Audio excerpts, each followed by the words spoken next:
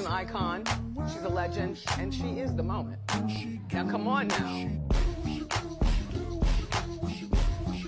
Welcome to another episode of Clean Your Dating Habits Up. This is your host, Arthur Coach Erica, and I am going to be delving into two different things today.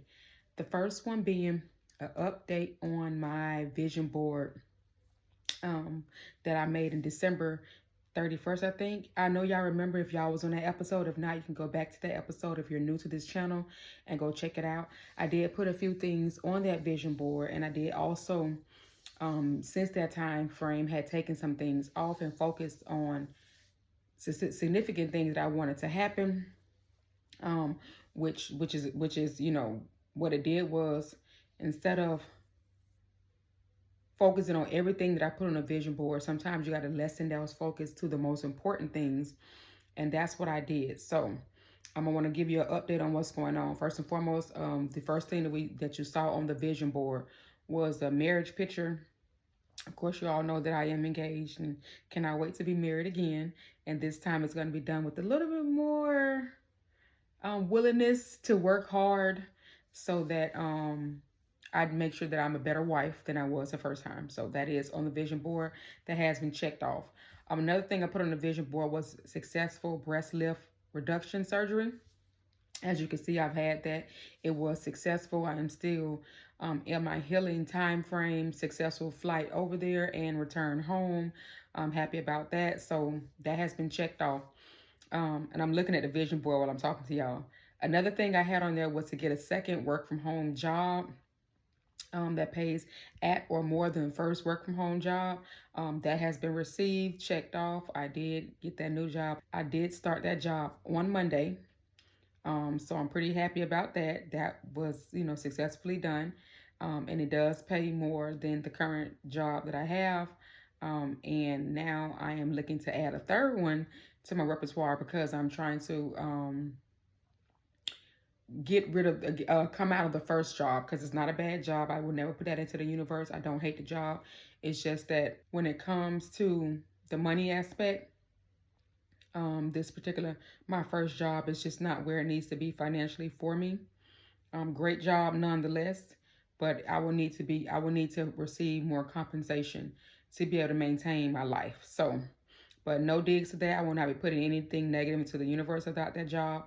It is literally me trying to climb the financial ladder so that I can maintain the lifestyle that I would like to maintain, that I'm used to maintaining. Okay. And then I had other things on the vision board. Another thing was another fun cruise. Of course, that's happening towards the end of March. So that's almost time for that cruise to happen. In terms of anything else, like I said, I had to dummy down the vision board to get specifically what I needed to have right now, and those were it. I will make me another mid-year vision board, another one in June, so I can go on for the rest of this year. But for now, that is pretty great. That is an update about my vision board. I would love to hear you all's update on your vision boards, if you all kept up with your gratefulness journal, and maintain manifestation for your vision board, thanking the universe in advance as often as you could, so that you can bring those blessings into your life. That's exactly what I did, and I know if it worked for me, because my mind is clear, I am healed, I know that it should work for you. And that leads me into my second conversation for today, which is about healing. Throughout my time as a coach, throughout my time on TikTok, especially recently going on to different panels of lives on different topics, there is a consistent pattern. For one, let me just start there. It is always black men against black women. A lot of these panels on TikTok, the lives, the questions, it's just outrageous. Some of them put the race of other women above black women. Sometimes it's just really disgusting. That's why I told y'all got to minimize the noise around you, because you're looking at things that are so negative, that came from a negative, unhealed place by the person who posed the question, and you'll find yourself being pulled in into this mess. But for the other lives that are not like that, one thing has remained consistently, that when you bring up healed or healing, people always have a general question of what is it like to be fully healed, because some people don't know what it's like. They don't even know what it means, and because they haven't really applied it to their life. A lot of people believe that full healing doesn't exist. You know what I'm saying? And that's crazy that people will think that, because I am a product of healing. I specifically know what full healing looks like, feels like, and what it will do to your life. So when I hear others who don't believe that anyone can be fully healed, it really bothers me down to my spirit, because these are the people I know that love the victim mind frame. Now, what is the victim mind frame? The victim mind frame is people who love to be able to still tell their story just to get people to feel sorry for them, because they want to be the victim. And as long as they're being the victim, they're going to be treated a certain type of way. They're going to be, doted upon and all of these things. And they're going to be always seem as if that person was the one who was done wrong in a situation. And while some things, can't go away, which is, if somebody was SA'd, all of that as a child, physically abused, sexually abused, mentally abused as a child. That was not their fault. Definitely get that. No victim blaming here. But when it comes to when we become adults, if you are SA, of course, that's not your fault. But a lot of you all are not healing from those type of traumas. A lot of those things right there, a lot of people get stuck in. And as long as they can tell those stories, again, that's when the victim mind frame persists. Because instead of fully being healed, they now like to revel in the treatment that they will receive once they tell their story. I don't necessarily say not to tell your story, but after a while, when you are healed, there is no reason to talk about it anymore. That's just what it is. That's what I want to talk about now. What it's like to be fully healed when you know that you are fully healed. And I will tell you from experience, being fully healed took some time. It wasn't something that I decided to wake up one day after I started my process and I knew that I was fully healed. Absolutely not. It took some time. Because during that time that y'all initially started healing, there was still situations that required new healing. So now I was compounding pain on top of already pain. And while I'm trying to heal this initial pain, then here's a new issue that arose. And now I'm conflicted with trying to get both of them together, to get myself together. So that is one thing that you will discover while you're healing. Because you have not set those boundaries, set those standards, set those limitations, have not delved back into your self-love and things of that nature, you will still be adding new pains on top of the old pain that you're trying to heal. This is consistent across the board. It doesn't change, okay? Because you have to be able to get to a place of healing of that initial trauma for you to start being able to go through those micro traumas and start healing those, or understand that those micro traumas came as a result of that initial trauma. So therefore, until you heal that, you're going to still be bringing in more aggravation or more nuances in your life. That was me. So for me, healing took, hold on, because I'm calculating it up, 8 years. Healing took 8 years. Initially, before the last 3 were added to the 8, it was 5 years. It took 5 years, but it took a full, because again, micro issues that come in and disrupt what you have going on will compound on top of it. And you have to heal all of that at one time. So in total, it took 8 years. The reason why it took 8 years to be fully healed is because, again, I told you, not only was I trying to heal the initial trauma, I would stop the healing to go do life. I would stop the healing if a relationship started with a man, because that's a distraction. And it doesn't allow you to keep healing, because what it will do is allow you to sweep that under the rug for now, because now you're still depending on somebody else for your happiness. So when the men came in, I went from trying to obtain internal happiness to now trying to make somebody happy. So that was a distraction, and it got in the way. So that's why it took 8 years. That happened maybe 3 times throughout that 8-year period. The longest been with my ex-husband, okay? Because he came in at 2017, and he was not out until 2021. Complete distraction throughout that entire time. Too many issues, so many situations. Now, that is a time when I did my first roster. It was successful in the marrying him. But then, I keep telling y'all, sometimes you've been and chose the wrong person from the roster. And it'll set you back. It'll set you back. And that's what it did. 17 to 21 involved him. The divorce was final in April of 2022. And then I still used that time from after the divorce, April 22, all the way to January of 24, to really make sure that all of that was out of me.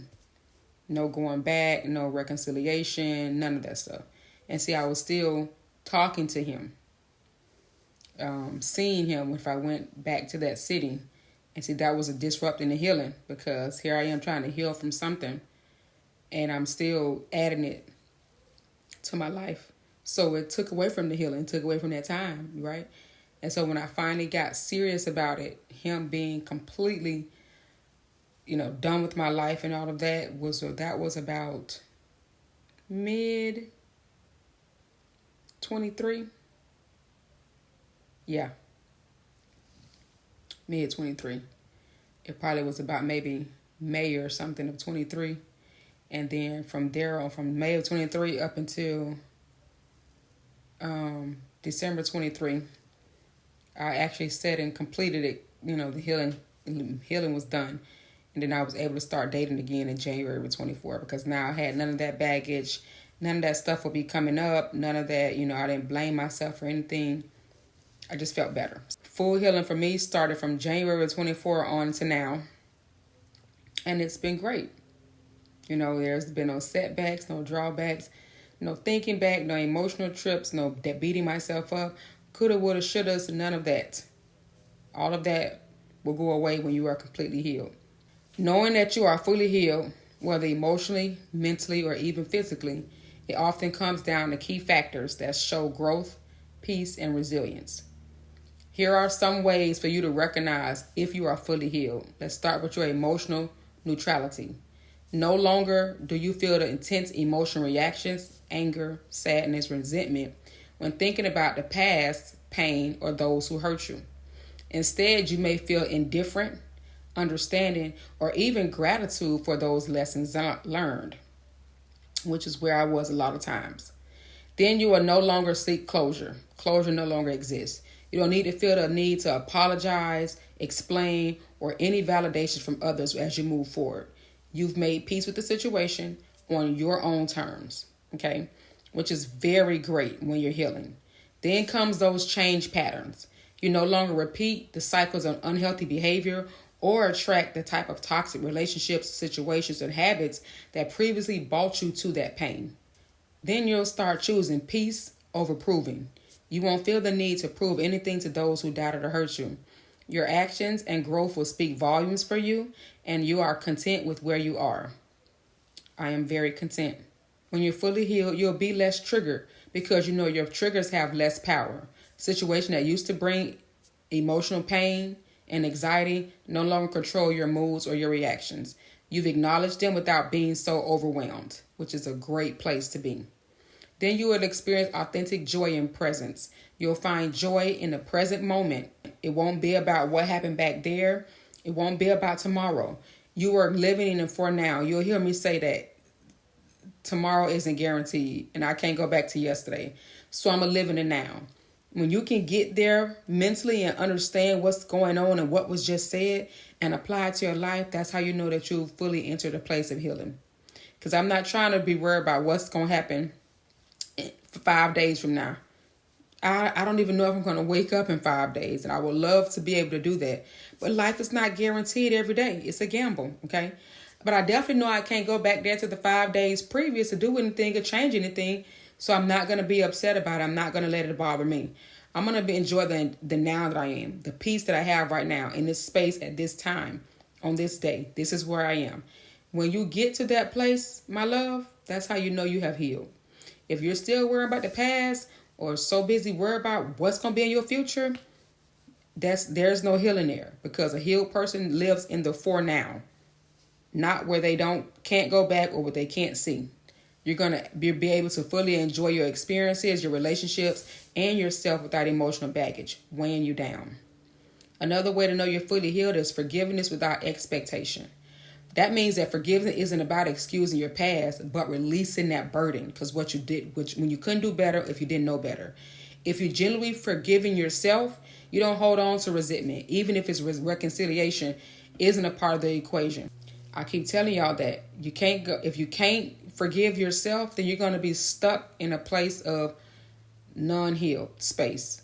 You have to forgive yourself. Stop trying to give grace and forgiveness to everybody around you, but you won't even give it to yourself. You are the most important relationship that you will ever be in. You have got to forgive yourself, and that's it. Whether you forgive others, that's on you if you want to. I don't need to forgive others if I've already accepted the situation for what it is. What that means is what they did to me had nothing to do with me. It had everything to do with them, how they was feeling in that moment, whatever was on their mind. I had nothing to do with that. So there was no need for me to go out there and say, oh, I forgive you, ex-husband. Absolutely not. Long as he forgives himself, he's cool. Long as I forgive myself for being there, I'm good. I will never seek his forgiveness or the forgiveness of others, nor will I be passing it out. I've forgiven myself. I'm the only person who receives as much grace as I need to give. Others will have to wait in line if it ever comes.